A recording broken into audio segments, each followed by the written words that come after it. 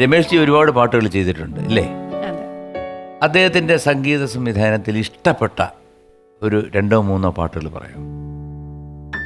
അച്ഛൻ്റെ ഒരുപാട് പാട്ടുകൾ എനിക്കിഷ്ടമാണ്. അതിൽ എടുത്തു പറയാൻ എനിക്ക് പറയാൻ മറന്ന പരിഭവങ്ങൾ, അത് ഇഷ്ടപ്പെടുന്ന ഒരുപാട് പേരുണ്ട്. അതല്ല എല്ലാ കോമ്പറ്റീഷൻസിൻ്റെ അവസാനം അത് തന്നെ.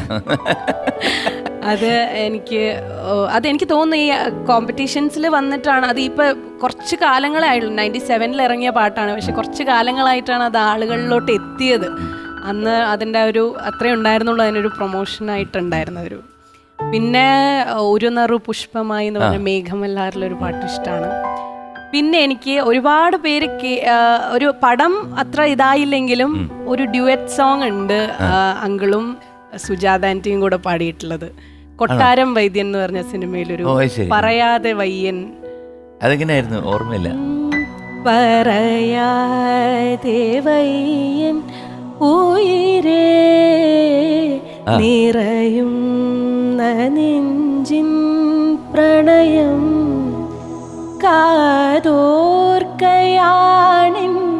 ഹൃദയം നിൻ കൊഞ്ചൽ കേൾക്കാൻ ഇനിയും പറയാതെ വയ്യൻ ഉയിരേ നിറയും നെഞ്ചിൻ പ്രണയം. ഒരുപാട് ഇഷ്ടമാണ്. അപ്പോൾ ഞാൻ എപ്പോഴും എൻ്റെ പ്ലേലിസ്റ്റിൽ സ്ഥിരം ഉള്ളൊരു പാട്ടാണ്. തീർച്ചയായിട്ടും ഇതിനിപ്പോൾ ഞാൻ അടുത്തൊരു പ്രോഗ്രാമിന് പാടും. കാരണം ഇതിപ്പോൾ ഇങ്ങനെ കുറേ പാട്ടുകൾ ഇതുപോലുണ്ട്. നമ്മൾ പാടിയിട്ട് അത് ചിലപ്പോൾ അതങ്ങ് ആ സൈഡ് വഴി പോവും. എന്നെങ്കിലുമാണ് പിന്നെ അതിനൊരു പുനർജന്മം കിട്ടുന്നത്. ഇപ്പം ഈ പാട്ടിനൊരു പുനർജന്മം വരും. ഞാൻ എൻ്റെ ഒരു ഷോയ്ക്ക് പാടാൻ പോവാ. കാരണം ബ്യൂട്ടിഫുൾ സന്തോഷം. ഒരുപാട് നല്ല പാട്ടാണത്. നല്ല പാട്ടാണ്. എനിക്ക് ഓർമ്മയുണ്ട്, ഞാനിവിടെ ട്രിവാൻഡ്രത്ത് എനിക്ക് തോന്നുന്നു കവടിയാറിലൊരു സ്റ്റുഡിയോയിൽ പാടിയ പാട്ടാണെന്ന് തോന്നുന്നു. അതെ, മേ ബി ആയിരിക്കും. അച്ഛൻ അന്ന് അവിടെയാണ് ഐറിസ് എന്ന് പറഞ്ഞൊരു സ്റ്റുഡിയോയിലാണ് സ്ഥിരം വർക്ക് ചെയ്തോണ്ടിരുന്നത്. അപ്പം അവിടെ ഉള്ളത് കുറച്ച് നാളായി, കുറെ 2000 ഉള്ളൊരു പാട്ടാണ്. ഒരുപാട്. മനു സർ, ഞാൻ സത്യത്തില് ഇപ്പം ഒന്ന് ഞെട്ടിയിരിക്കുകയാണ്. വേറൊന്നുമല്ല, മധു പറഞ്ഞു ഇതുപോലെ അച്ഛൻ്റെ ജ്യേഷ്ഠന്റെ മകനാണ്. അതെ അതെ. അച്ഛന്റെ ജ്യേഷ്ഠൻ എന്ന് പറഞ്ഞ മുൻഷിയിലെ ഹാജിയാരാണ്. അതെ അതെ. അദ്ദേഹത്തിന്റെ പേര് രാധാകൃഷ്ണൻ. ശരിക്കും നമുക്ക് നിർത്താൻ പറ്റാത്ത ഒരു സംഭവം. നമുക്ക് ചുമ്മാ ഇങ്ങനെ ചോദിച്ചു കഴിഞ്ഞാൽ എന്താണെന്ന് പറഞ്ഞു കഴിഞ്ഞാൽ മുൻഷിയൻ. വീട്ടിലിപ്പോ ആരൊക്കെ ഉണ്ട്?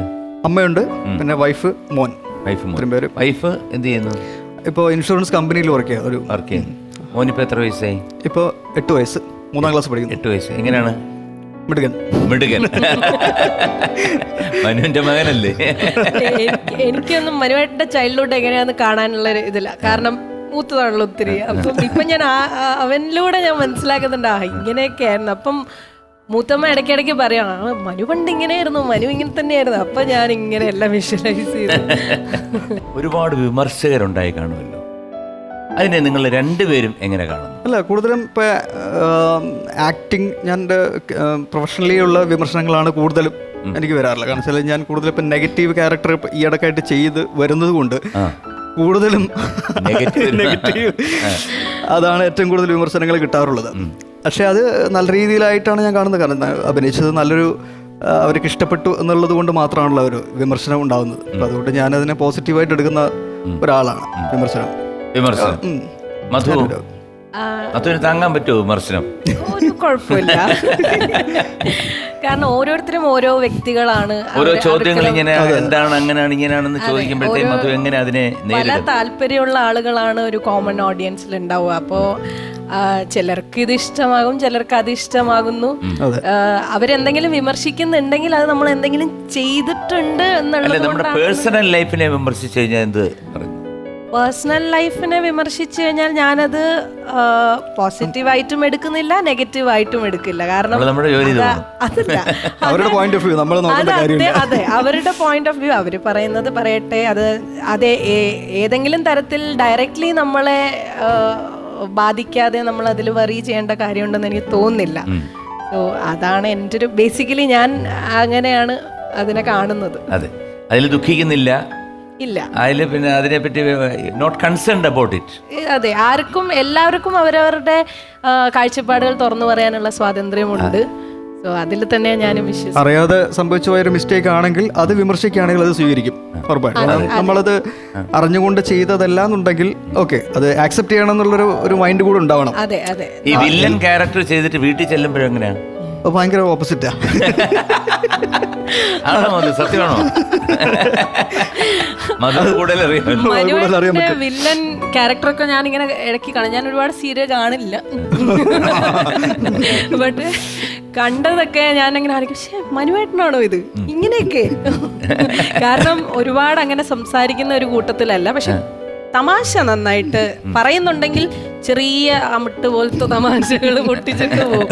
സോ അതുകൊണ്ട് അങ്ങനെയുള്ള ക്യാരക്ടർ കാണുമ്പോൾ ഞാൻ ഇങ്ങനെ എനിക്ക് പേഴ്സണലി ഒരു ഓഡ് അടിക്കാറുണ്ട്.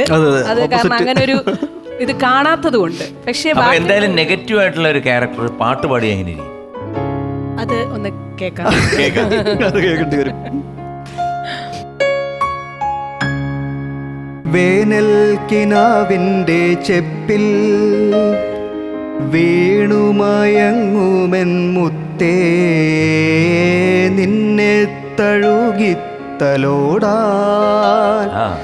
നിർവൃതിയോടെ പുണരാൻ ജന്മാന്തരത്തിൻ പുണ്യം പോലെ ഏതോ ബന്ധം പോലെ നെഞ്ചിൽ കനക്കുന്നു മോഹം, മേലെ മേലെ മാനം മാനം നീളെ മഞ്ഞിൻ കൂടാരം, അതിലാരോ ആരാരോ നിറദീപം ചാർത്തുന്നു. ആഹാ. അപ്പൊ ഒരു ഫാമിലി എന്ന് പറയുമ്പോൾ മ്യൂസിക് അവിടെ കംപ്ലീറ്റ് അങ്ങ് വിളയാടുകയാണ് അല്ലേ? നിങ്ങളുടെ അച്ഛനും അപ്പൂപ്പനും എന്ന് വേണ്ട ഇങ്ങനെ പൊക്കോണ്ടിരിക്കുകയാണ്. ഇപ്പൊ മോൻ തബല അടിച്ചു തുടങ്ങി. നല്ല കാര്യം.